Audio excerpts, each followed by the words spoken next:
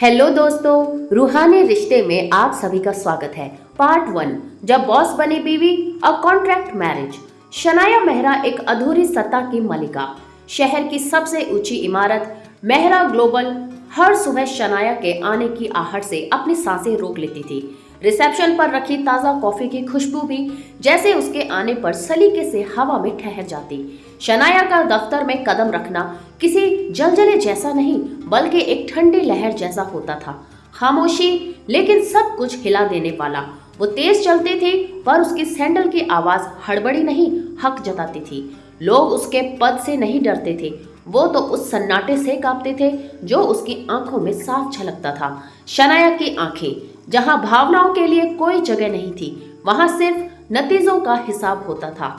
जब वह meeting room के भारी दरवाजे खोलती तो कुर्सियों के सरकने की आवाजें थम जाती। उसका बोलना आदेश था और उसका चुप रहना किसी तूफान की चेतावनी। मुझे वजह मत गिनाओ, वह अपनी कलम को मेज पर हल्के से टिकाते हुए कह, वजह है कमजोर लोग ढूंढते हैं, मुझे हल चाहिए। पूरा कमरा एक साथ अपनी सांस छोड़ता।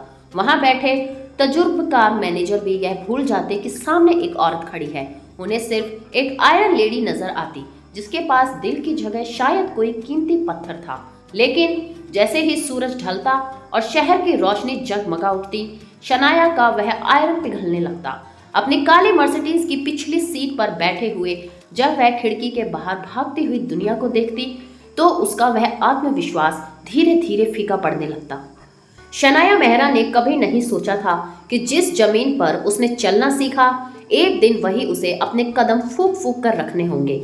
वह हवेली जिसकी हर ईंट में उसके बचपन की हंसी दफन थी, अब उसे एक अजनबी की तरह घूरती थी। जहां उसके पिता के जूतों की धमक अब भी गलियारों में सुनाई देती थी और जहां उनकी मेज पर रखी स्याही की महक आज भी हवा में तैरती थी, वही घर अब उससे उसकी पहचान का हिसाब मांग रहा था। घर बहुत बड़ा था, लेकिन बड़े घर के अक्सर इंसान को इतना छोटा कर देते हैं कि वह अपनी परछाई से डरने लगता है।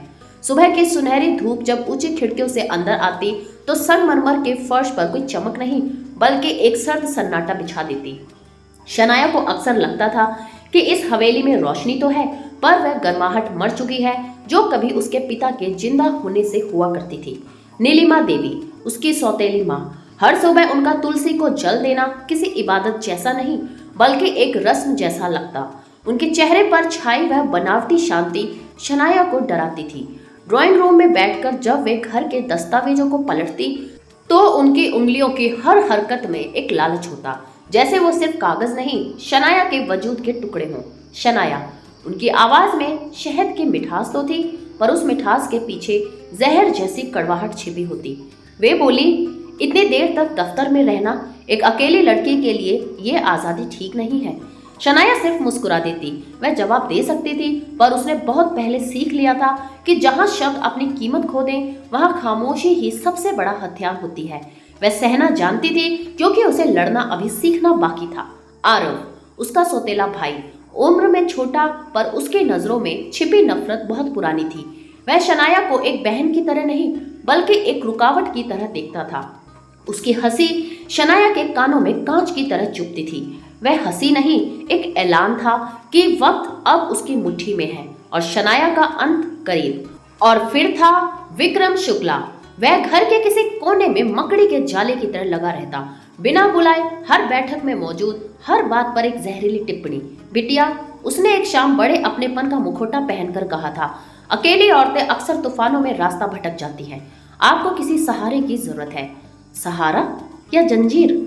उस रात शनाया देर तक सो नहीं पाई। उसे डर नहीं लगा, उसे घिन आई कि जिस आजादी को उसने अपनी मेहनत से सींचा था, उसे एक नाम के पीछे छुपाने की साजिश रची जा रही थी। उसी रात उसने अपने पिता के कमरे का भारी दरवाजा खोला।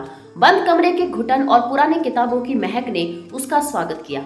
अलमारी के सबसे सुरक्षित कोने में रखी वह वसीयत जिसने उसे सब कुछ दिया था और बदले में उसकी रातों की नींद छीन ली थी। अलमारी के सबसे अंदर वाले कोने में रखी वो फाइल जिसे उसके पिता ने शायद सोच समझकर वहां छुपाया था। शनाया ने धीरे से कवर खोला। कागज पुराने थे, लेकिन लिखावट आज भी उतनी ही साफ थी। ऊपर साफ लिखा था, मेरी पूरी की पूरी संपत्ति की वारिस मेरी बेटी शनाया मेहरा होगी। इन संपत्तियों से जुड़े हर फैसले लेने का पूरा हक उसी के पास रहेगा, जब तक वो इन जिम्मेदारियों को निभाने में सक्षम रहे। शनाया की नजरें नीचे फिसलती चली गई। अगर किसी भी वजह से ये साबित हो जाए कि शनाया अपने फैसले खुद नहीं ले पा रही है या हालात और लोगों के दबाव में आकर संपत्ति को संभाल नहीं पा रही है, तो परिवार के बड़े सदस्य इस पर दोबारा सोच सकते हैं। उसकी उंगलियां कागज पर कस गई और फिर आखिरी लाइन ऐसी स्थिति में शनाया को असमर्थ माना जाएगा। बस यही एक शब्द उसकी नजरें फिर से उसी शब्द पर जाकर ठहर गई, असमर्थ। एक छोटा सा शब्द, लेकिन उसके मायने किसी फांसी के फंदे से कम नहीं थे। नीलिमा, आरव और विक्रम ये सब मिलकर रोज शनाया को यही एहसास दिलाते थे कि वह असमर्थ है, क्योंकि वह औरत है, क्योंकि वह अकेली है और क्योंकि वह झुकना नहीं जानती। उस रात खिड़की के पास खड़े होकर चांद की ठंडी रोशनी में शनाया ने पहली बार कुछ अलग सोचा। यह सोच प्यार से नहीं उपजी थी, न ही डर से।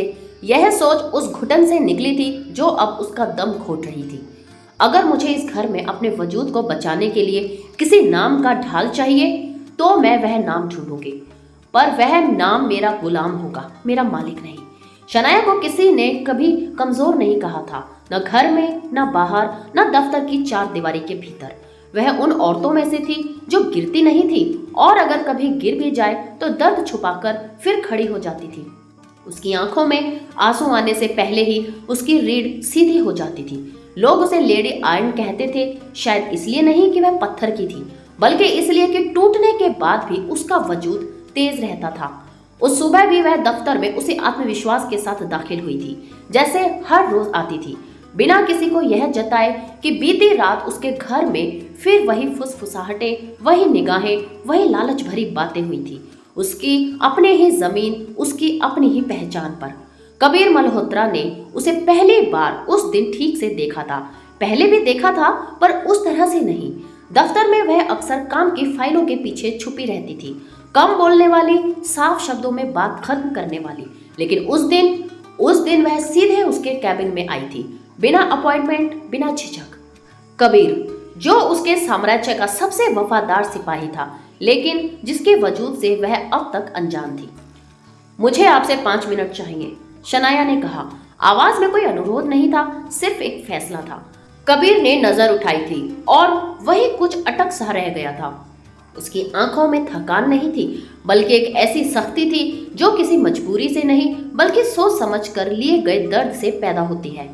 अगर यह ऑफिस का काम है तो नहीं, शनाया ने बात काट दी थी। वो बोली, ये मेरी जिंदगी का काम है और शायद आपकी भी। कमरे में कुछ सेकंड का सन्नाटा पसरा रहा। एयर कंडीशनर की हल्की आवाज और दीवार पर लगी घड़ी की टिक टिक जैसे किसी बड़े फैसले की गिनती कर रही हो। आप शादीशुदा नहीं है? शनाया ने सीधे कहा। कबीर चौंका। ये सवाल प्रोफेशनल नहीं है और जो मैं कहने वाली हूँ वो इमोशनल नहीं है, उसने शांत स्वर में जवाब दिया। ये एक डील है, कॉन्ट्रैक्ट मैरिज। कबीर की कुर्सी जैसे जरा पीछे सरक गई। उसके चेहरे पर पहले हैरानी आई, फिर हल्की सी हंसी। मजाक कर रही हैं आप? नहीं, शनाया ने फाइल टेबल पर रखते हुए कहा। मैं जिंदगी को मजाक समझने की गलती बहुत पहले कर चुकी हूँ, अब नहीं। शनाया ने वह फोल्डर कबीर की मेज पर ऐसे रखा जैसे कोई जंग का ऐलान हो।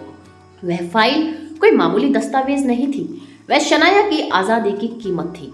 कबीर ने बहुत सलीके से फाइल खोली। सफेद पन्नों पर काले अक्षर किसी जंजीर की तरह लग रहे थे, लेकिन इन जंजीरों को शनाया ने खुद बुना था। यहाँ पुरानी किताबों के रहस्यमयी पन्नों की तरह वे शर्तें थी जो इस समझौते की जान थी। सौदा, 365 दिनों का वनवास। कबीर की नजरें पहली लाइन पर जमी। शनाया उसके चेहरे के हाव भाव पढ़ने की कोशिश कर रही थी, पर कबीर का चेहरा एक शांत झील की तरह था।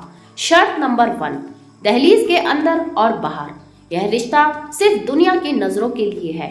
हवेली के दहलीज लांघते ही तुम मेरे पति हो, लेकिन बेडरूम का दरवाजा बंद होते ही तुम सिर्फ मेरे कॉन्ट्रैक्ट पार्टनर हो। मेरी निजी जिंदगी, मेरे फैसले और मेरी मर्जी पर तुम्हारा कोई अधिकार नहीं होगा। शर्त नंबर 2, स्पर्श की पाबंदी। कोई भी निजी रिश्ता नहीं बनेगा। बिना जरूरत के किया गया कोई भी स्पर्श, चाहे वह हाथ थामना हो या करीब आना, समझौते का उल्लंघन माना जाएगा, सिवाय उन मौकों के जब नीलिमा देवी या विक्रम शुक्ला की आंखों में धूल झोंकना अनिवार्य हो। शर्त नंबर 3, हक और उम्मीद का त्याग। इस शादी से तुम मुझ पर, मेरी संपत्ति पर या मेहरा खानदान के नाम पर कोई कानूनी हक नहीं जताओगे। और सबसे जरूरी, मुझसे किसी भी तरह की उम्मीद रखना वर्जित है, न प्यार की न परवाह की। शर्त नंबर 4, सार्वजनिक प्रदर्शन, द परफॉर्मेंस। समाज के सामने तुम्हें एक आदर्श और रसूखदार दामाद की भूमिका निभानी होगी। तुम्हारी हर चाल, तुम्हारी भाषा और तुम्हारा व्यवहार ऐसा होना चाहिए कि वसीयत का वह असमर्थ शब्द मेरे दुश्मनों के गले की फांस बन जाए। शर्त नंबर 5, खामोश विदाई। ठीक 365 दिन बाद हम बिना किसी शोर शराबे के अलग हो जाएंगे। उस दिन के बाद हमारा कोई वास्ता नहीं होगा। कैबिन में वो भारी खामोशी थी। पन्नों के टकराने की आवाज उस खामोशी कैबिन में किसी कील की तरह चुभी। कबीर ने कुर्सी के पीछे झुककर अपनी गहरी शांत नजरें शनाया पर टिका दी। उन नजरों में एक सवाल था, एक परख थी, जैसे वह शनाया के उस लोहे जैसे नकाब के पीछे छिपी हुई असली औरत की रूप के पार देख रहा हो। शनाया को वह खामोशी बर्दाश्त नहीं हुई। उसने मेज पर रखे अपने हाथ कस लिए। तुम मुझे ऐसे क्यों देख रहे हो कबीर? शनाया ने अपनी आवाज को सख्त करने की कोशिश की पर नाकाम रही। पहली बार उसकी आवाज में वो बॉस वाली कड़क नहीं बल्कि एक अजीब सी थरथराहट थी। वह उठी और खिड़की की तरफ मुड़ गई ताकि कबीर उसकी आंखों में तैरती बेबसी न देख सके। फिर बोली, मेरी सौतेली माँ।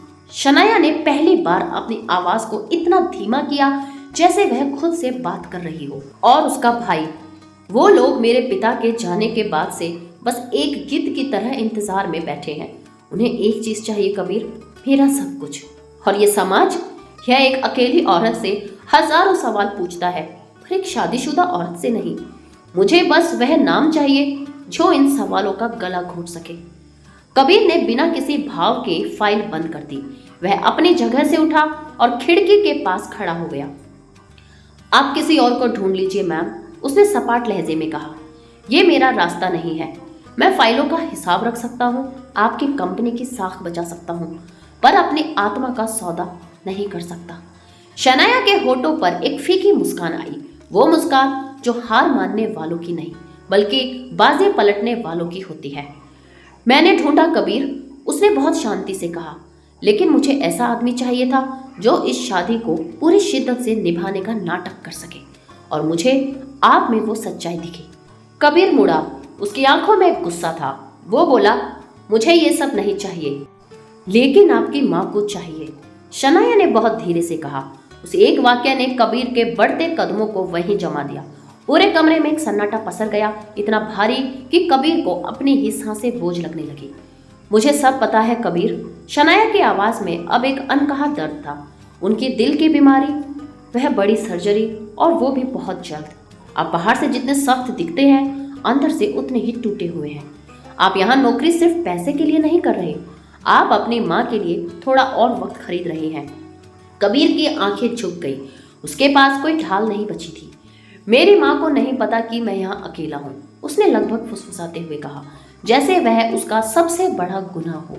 वो हर पूजा में मेरे लिए बहू मांगती है और मैं हर बार हंसकर बात टाल देता हूँ।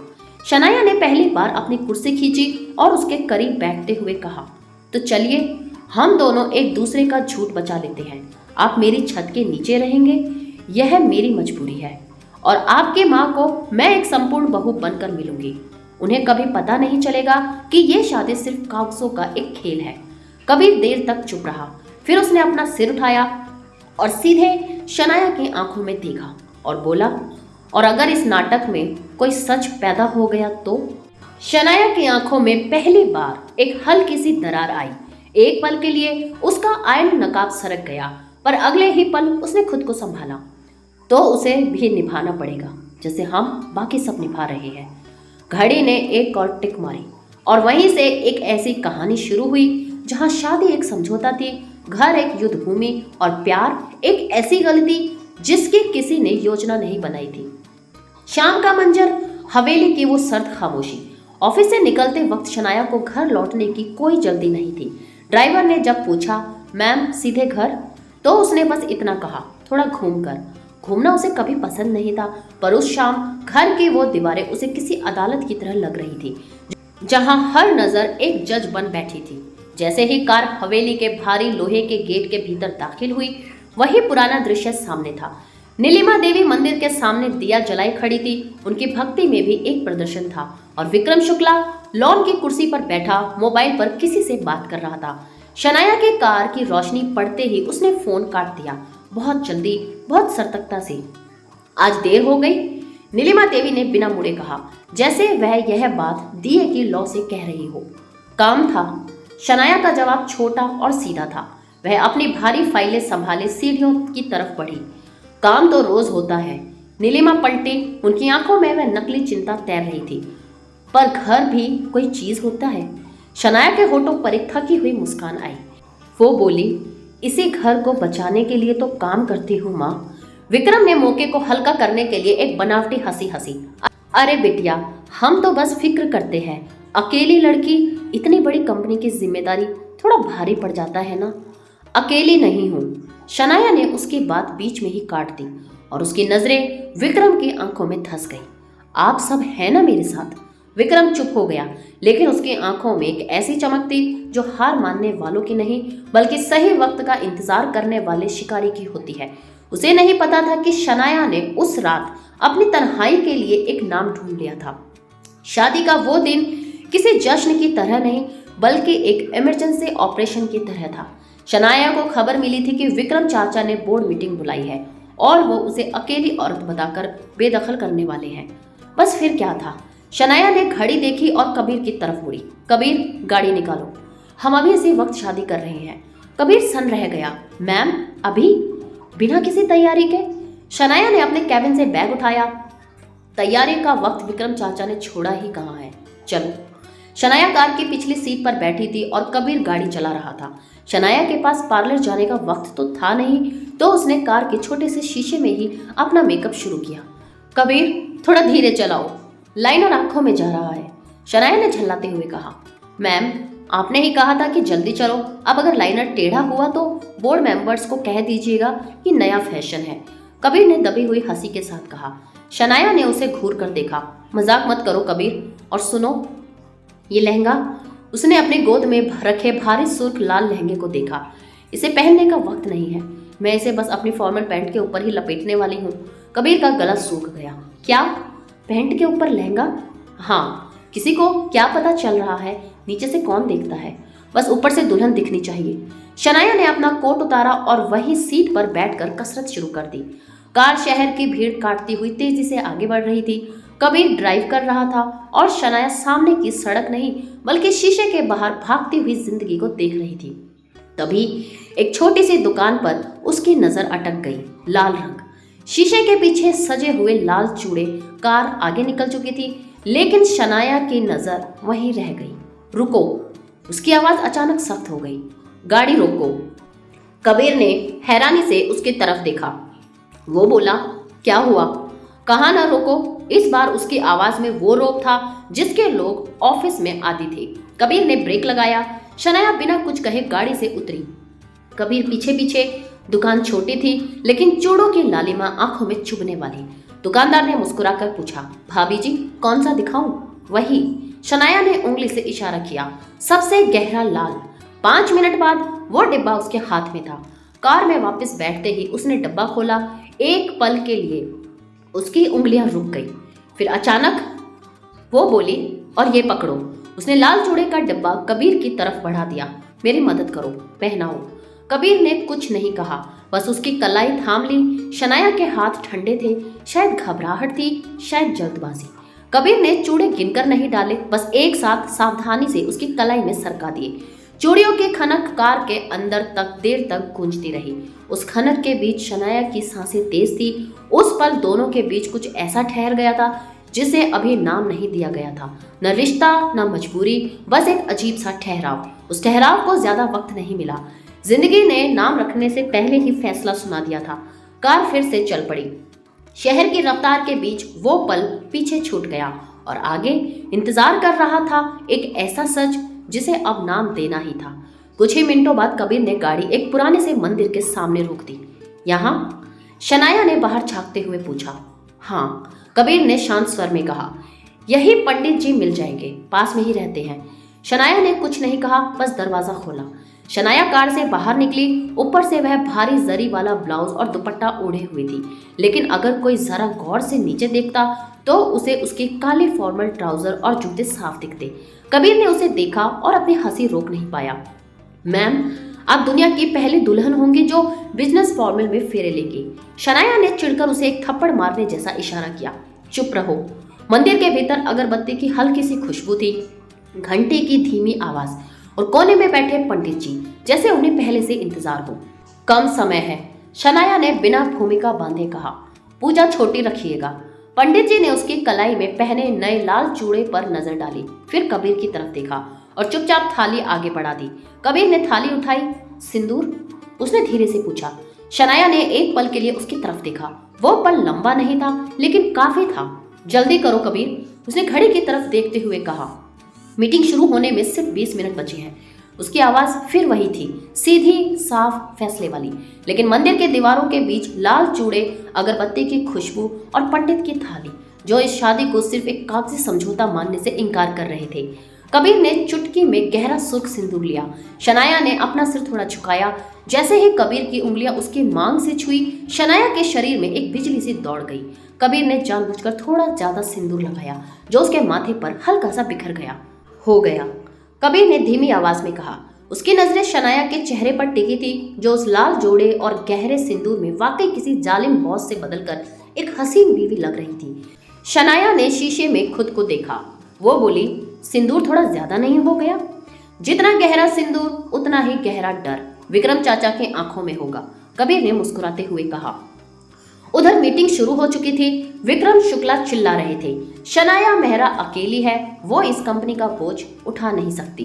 तभी दरवाजा जोर से खुला। शनाया और कबीर अंदर दाखिल हुए। शनाया का लाल चूड़ा मेज से टकराकर खनका। उसकी मांग का गहरा सिंदूर लाइट में चमक रहा था। वो बोली, कौन कहता है कि मैं अकेली हूँ? शनाया ने अपनी आवाज में वही पुरानी धाक लौटाई। मिलिए मेरे पति कबीर मल्होत्रा से। और चाचा जी, अगली बार मेरी अक्षमता पर बात करने से पहले ये देख लीजिएगा कि अब मेहरा खानदान को नया वारिस मिल चुका है। शनाया आज वैसी नहीं लग रही थी जैसे वो रोज बोर्डरूम में दिखती थी।